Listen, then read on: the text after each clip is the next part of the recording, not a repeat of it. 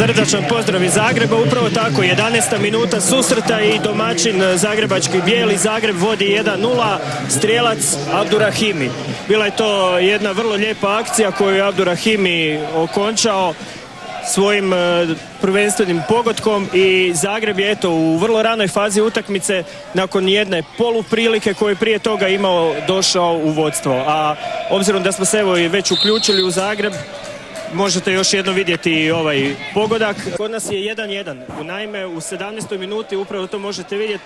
Marin Ljubičić je prekrasno povukao loptu od centra, došao na nekih 25 metara, opalio i vratar Škorić je zbilja bio nemoćan i rezultat je onaj početni, vratili smo se na 1:1. 1:1, da. Nerešeni rezultat, evo. Zagreb ima pritisak zadnjih 10 minuta i to je iskoristio jednim golom Mujđe.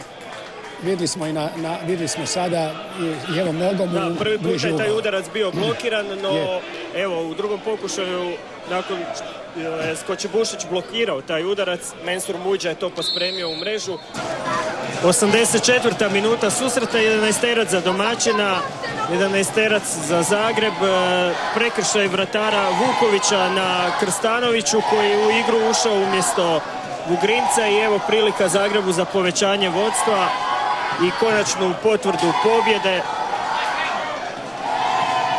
Zalet uzima Ivan Parlov.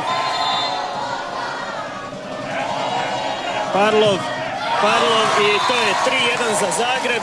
Put prema nova 3 boda i obzirom na rezultat u Vinkovcima, pomak Zagreba na 5. mjesto na prvoligaškoj ljestvici. Evo gospodine Dračić. Pa mislim da je to i bio cilj Zagreba da dobije ovu utakmicu, a eventualnom porazom Šibenika u Cibaliji, što je bilo i očekivano jer su otputovali sa 9 novih igrača.